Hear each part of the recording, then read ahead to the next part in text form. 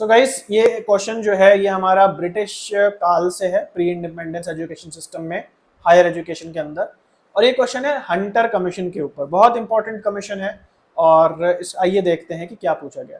कह रहा है which one of the following was recommended by Hunter commission. चार ऑप्शंस में से कौन सा ऑप्शन है जो कि वन ऑफ द रिकमेंडेशंस था हंटर कमीशन की। तो यहाँ देख लेते हैं। सबसे पहला point, abolition of higher education of India, यानी कि हायर एजुकेशन जो है इंडिया में उसका एबोलिशन, एबोलिशन मतलब उसका उन्मूलन या उसको खत्म कर देना, एक तरीके से समाप्त कर देना। दूसरा point, restricting women's entry into colleges, colleges में औरतों की एंट्री को प्रतिबंधित कर देना, रोक देना। तीसरा, participation of private enterprise in higher education, higher education में प्राइवेट कंपनीज को एंट्री देना। चौथा, encouraging establishment of more and more public universities in rural areas, गांव के एरियाज में, दूर दराज के एरियाज में एनकरेज करना अधिक से अधिक सरकारी या पब्लिक यूनिवर्सिटीज को स्टैब्लिश करने में। तो सही जवाब है यहाँ पे तीसरा ऑप्शन। ठीक है, तो शुरुआत के तो दो गलत ही हैं क्योंकि वो नेगेटिव है। तो जो वेस्टर्न एजुकेशन आई उसमें कोई भी नेगेटिव पॉइंट नहीं था, एक्सेप्ट इसके कि वो चाहते थे कि इंडियंस हमारे जैसे हो जाएं, है ना, बाय ब्लड वो इंडियन रहें लेकिन बाय टेस्ट वो ब्रिटिश हो जाएं, इंग्लिश हो जाएं। बट शुरुआत के जो मतलब, लेकिन जो एजुकेशन थी उसमें किसी के साथ अनजस्ट वगैरह की ऐसी कोई बात सुनने में नहीं मिलती है। थी नहीं थी वो अलग बात है, लेकिन फिलहाल जो हम लोग पढ़ते हैं उसमें नहीं मिलती है। तो इसलिए हम कॉन्फिडेंटली कह सकते हैं कि एबोलिशन कर देना हायर एजुकेशन का या फिर विमेन को रिस्ट्रिक्ट कर देना, ये दोनों बातें गलत है। बचा तीसरे और चौथे में क्या सही हो सकता है, तो तीसरा पॉइंट सही है ना। तो यहाँ देख भी लेते हैं। हंटर कमीशन जो था 1882 में आया और यहाँ पे इसने प्राइवेट एंटरप्राइज को एंट्री देने की बात कही थी ताकि एजुकेशन जो है वो बढ़ पाए और गवर्नमेंट इंस्टीट्यूशन के बियॉन्ड जा पाए, गवर्नमेंट का उत्तरदायित्व कम हो और प्राइवेट प्लेयर्स भी इसके अंदर आए। ठीक है, तो आई होप आपको समझ में आ गया, सही ऑप्शन है थर्ड। ये काफी नए पैटर्न का सवाल है, पीपल एंड एनवायरनमेंट से, जून 2024 से लिया गया है। और यहाँ न्यूक्लियर पोल्यूशन सेक्शन में एक टर्म आया है यहाँ पे, ब्रीडर रिएक्टर का। तो न्यूक्लियर रिएक्टर आप सबको पता है क्या होता है, जिससे न्यूक्लियर एनर्जी के द्वारा ऊर्जा बनाई जाती है। तो यहाँ पे न्यूक्लियर रिएक्टर्स में एक प्रकार होता है ब्रीडर रिएक्टर का, उसके क्या इंपॉर्टेंट पॉइंट्स होते हैं उसको यहाँ पे पूछा गया। तो यहाँ देख लेते हैं कि सबसे पहले समझ ही लेते हैं कि ब्रीडर रिएक्टर का क्या मतलब है। जैसे कि नाम ही बता रहा है ब्रीडर, ब्रीडर का मतलब है ब्रीड करने वाला, कुछ नया उत्पादन करने वाला। तो ब्रीडर रिएक्टर एक ऐसा रिएक्टर है जिसमें आप जितना इनपुट डालते हो, मतलब जितना आप न्यूक्लियर पदार्थ डालते हो, वो उसको विखंडित करता है ना, और उससे वो ऊर्जा बनाता है। और इसके अलावा उससे जो कूड़ा निकलता है, मतलब न्यूक्लियर अवशेष जो निकलता है, वो फेंक दिया जाने वाला नहीं होता, वो ऐसा अवशेष निकालता है जिसे दोबारा यूज किया जा सकता है फिर से ऊर्जा बनाने में। तो इस तरीके से जो ब्रीडर रिएक्टर है वो बहुत इकोनॉमिकल होता है, इसमें वेस्टेज कम होती है और कम से कम जो मटेरियल है उससे ज्यादा ज्यादा ऊर्जा बनाई जा सकती है।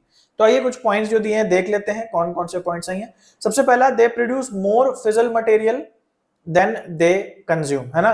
तो यहाँ पे जो आप मटेरियल डालते हैं वो उसको तो तोड़ता ही है और बाकी का जो मटेरियल होता है उससे और मटेरियल बना करके वो निकाल देता है।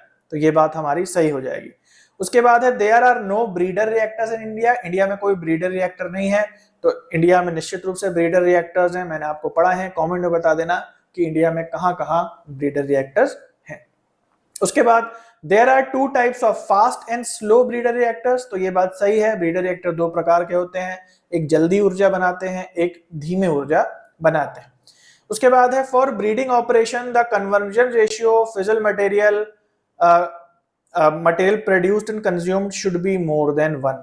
तो क्या कह रहा है कि ब्रीडिंग ऑपरेशन का क्या मतलब है कि जितना भी उसमें मटेरियल डाला जाए उत्पादन के लिए, उससे ज्यादा मटेरियल जो है वो, मतलब जितना कंजम्पशन के लिए डाला जाए, खर्चा करने के लिए डाला जाए, उससे ज्यादा वो उत्पाद उसका कर दे। 1:1 रेशियो ना हो, 1 से ज्यादा रेशियो हो, मतलब ज्यादा जितना डाला जाए उससे ज्यादा वो उसको उत्पादन करे उसका।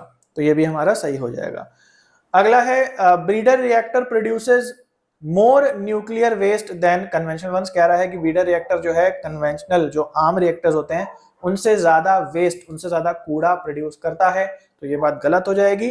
ब्रीडर रिएक्टर जो है बहुत कम अवशेष या कूड़ा जो है प्रोड्यूस करता है, उल्टा जो मटेरियल हम डालते हैं उसे हम फिर से रीयूज में ले लेते हैं, है ना। तो यहाँ पे ए, सी और डी पॉइंट सही है, यानी ऑप्शन नंबर 1 करेक्ट है।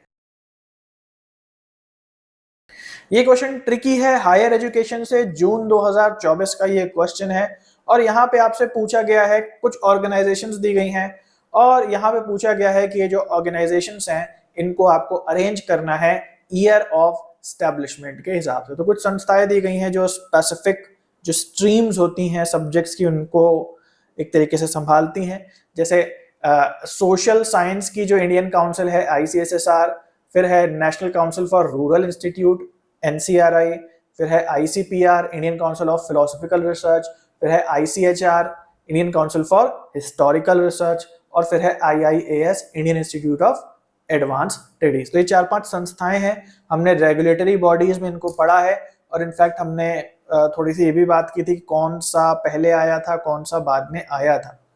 अब यहाँ पे ये बिल्कुल रटने वाली चीज है, तो जितना अच्छा आपने रटा होगा उतना अच्छे से आप इसको अरेंज कर लेंगे। अगर आपने नहीं रटा है और आप मान लीजिए एग्जाम में ऐसे क्वेश्चन को गलत करके आते हैं तो बिल्कुल भी दुखी मत हो, क्योंकि ये सब जो चीजें हैं ये बस एडिशनल डाली जाती हैं ताकि आप 50 में से 50 क्वेश्चंस ना करके आ जाए, क्योंकि 50 में से 50 करके आ जाओगे तो पेपर 2 वीक होते हुए भी नेट जेआरएफ निकाल दोगे, और एनटीए वाले ये नहीं चाहते हैं। आपको पेपर 2 में आप ज्यादा स्कोर करें, यहाँ कम करें, इसलिए इस प्रकार के क्वेश्चंस डाले जाते हैं।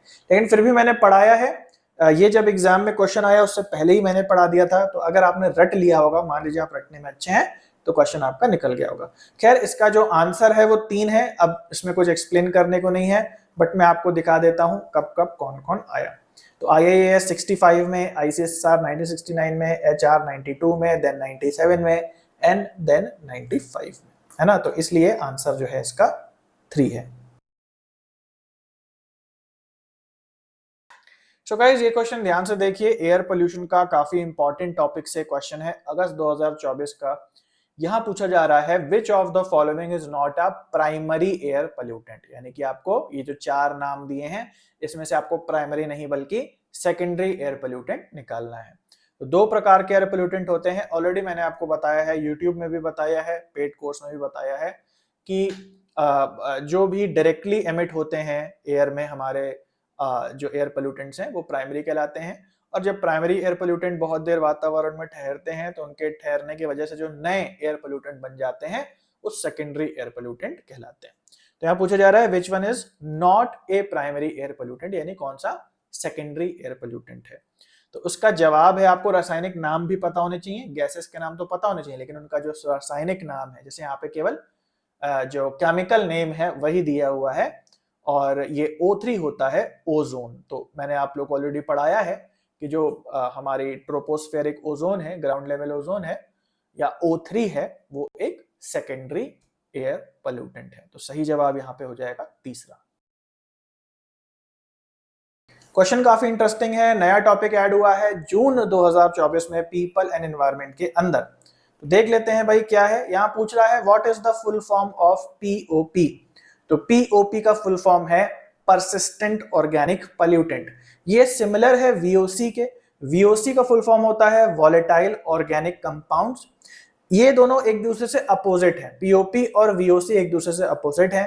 VOC में शुरुआत में V लगा है, मतलब वॉलेटाइल, मतलब ऐसे कंपाउंड्स जो ऑर्गेनिक हैं, और जब वो वातावरण में जाते हैं तो कुछ देर में वो हट भी जाते हैं वहां से, क्योंकि वॉलेटाइल है, सड़ जाते हैं, है ना, यानी कि ट्रांसफॉर्म हो जाते हैं।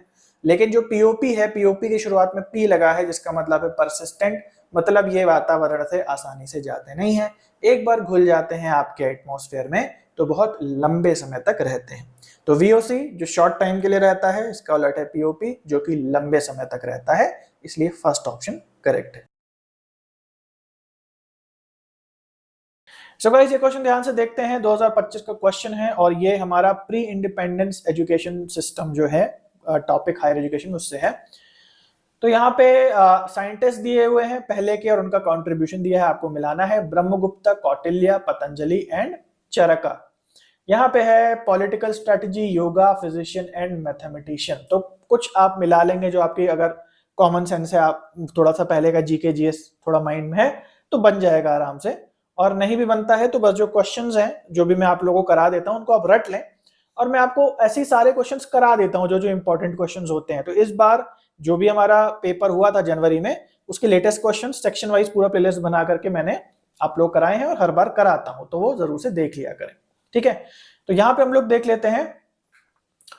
ओके, तो इसका सही जवाब है फोर्थ, ब्रह्मगुप्त जो है वो एक मैथमेटिशियन थे, कौटिल्य जो है वो पॉलिटिकल स्ट्रेटजिस्ट थे, पतंजलि योगा, पतंजलि सबको पता ही होगा कि वो योगा वगैरह को पे काम करते थे, एंड चरका, एक ऋषि चरक जो थे वो एक फिजिशियन थे, है ना। तो कुछ चीजें जैसे चरक, पतंजलि वगैरह के बारे में आपको पहले से पता ही होगा।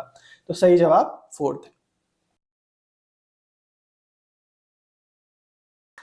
सो ये क्वेश्चन ध्यान से देखिए, सितंबर 2024 का एयर पोल्यूशन का ये क्वेश्चन है, और ये काफी इंपॉर्टेंट टॉपिक है जो अधिकतर बुक्स वगैरह में या तो बहुत ऊपर ऊपर से कवर होता है और या तो बिल्कुल भी नहीं होता है।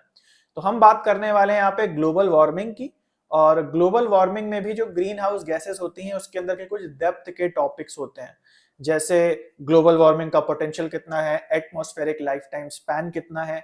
ये सब कुछ ऐसे आंकड़े हैं जो सुनने में, अगर आप बहुत पहले से बुक वगैरह से तैयारी कर रहे हैं तो आपको सुनने में थोड़े नए लग सकते हैं, लेकिन भाई ये नए नहीं है, कई साल पहले इनको ऐड कर दिया गया है और हर बार ढेर सारे क्वेश्चंस आते हैं। तो ऐसा ही क्वेश्चन जो है इधर 2024 में भी आए हैं, जिसको हम लोग थोड़ा देख लेते हैं। यहाँ पे पूछ रहा है which one of the following is used as a reference to measure the global warming potential या GWP of a greenhouse gas. कह रहा है ये चार गैसेस आपको दी हैं, ये चारों ही ग्रीन हाउस गैसेस हैं। पूछ रहा है इसमें से कौन सी ग्रीन हाउस गैस है जिसे एक मानक या रेफरेंस पॉइंट लिया जाता है जब हम ग्रीन हाउस गैसेस का ग्लोबल वार्मिंग पोटेंशियल नापते हैं।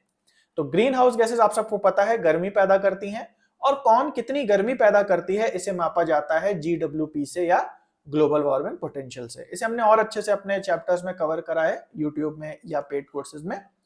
और यहाँ पे पूछा जा रहा है कौन सी गैस है जिसको मानक माना जाता है, यानी कि जिसको आइडियल माना जाता है, और उसके हिसाब से दूसरी गैसेस का GWP कंपेयर किया जाता है।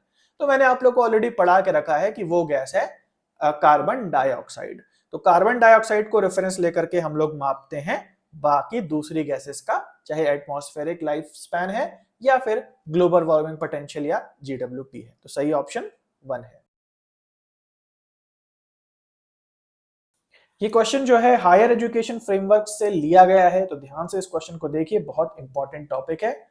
Pick the correctly matched pairs. कुछ संस्थान हैं या कुछ आप कह लो कि रेगुलेटरी बॉडीज हैं हमारे फ्रेमवर्क के अंदर, और वो किसको, कौन से स्ट्रीम को, कौन से सब्जेक्ट को रेगुलेट करती हैं उसके बारे में क्वेश्चन है।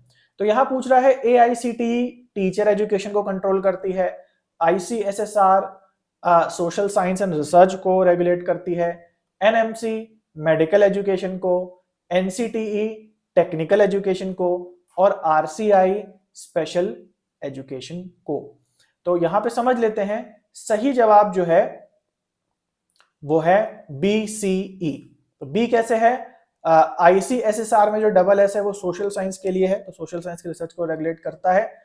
इसके अलावा सी देखें तो मेडिकल एजुकेशन, यानी NMC का फुल फॉर्म होता है नेशनल मेडिकल कमीशन, तो वो इसको रेगुलेट करता है। और इसके अलावा RCI जो है उसका फुल फॉर्म है रिहैबिलिटेशन काउंसिल ऑफ इंडिया, ये स्पेशल एजुकेशन को रेगुलेट करता है। बाकी के क्यों दो गलत हैं, जैसे AICTE NCTE, क्योंकि ये मिसमैच कर दिया है, ऊपर नीचे कर दिया है।